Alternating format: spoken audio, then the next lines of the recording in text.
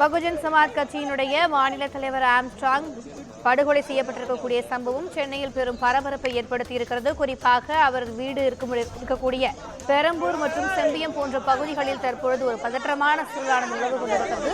அவரது வீட்டின் அருகே பகுஜன் சமாஜ் கட்சியினுடைய தொண்டர்கள் மற்றும் அவரது ஆதரவாளர்கள் ஒன்றிணைந்து திமுக அரசு பதவி விலக வேண்டும், குற்றவாளிகளை பிடிக்க வேண்டும் என முழக்கங்களை எழுப்பி அங்குள்ள காவல்துறையினருடன் வாக்குவாதத்தில் ஈடுபட்டிருக்கக்கூடிய அந்த காட்சிகளை நாம் தற்போது பார்த்துக் கொண்டிருக்கிறோம். பெரம்பூர், செம்பியம் மற்றும் சென்னை முழுவதுமே போலீசாரின் பாதுகாப்பானது அதிகரிக்கப்பட்டிருக்கிறது.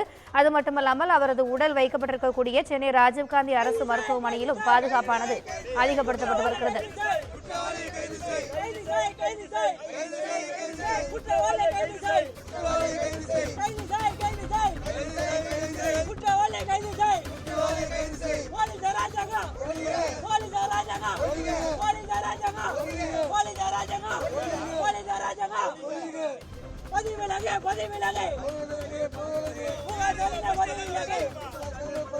Okay,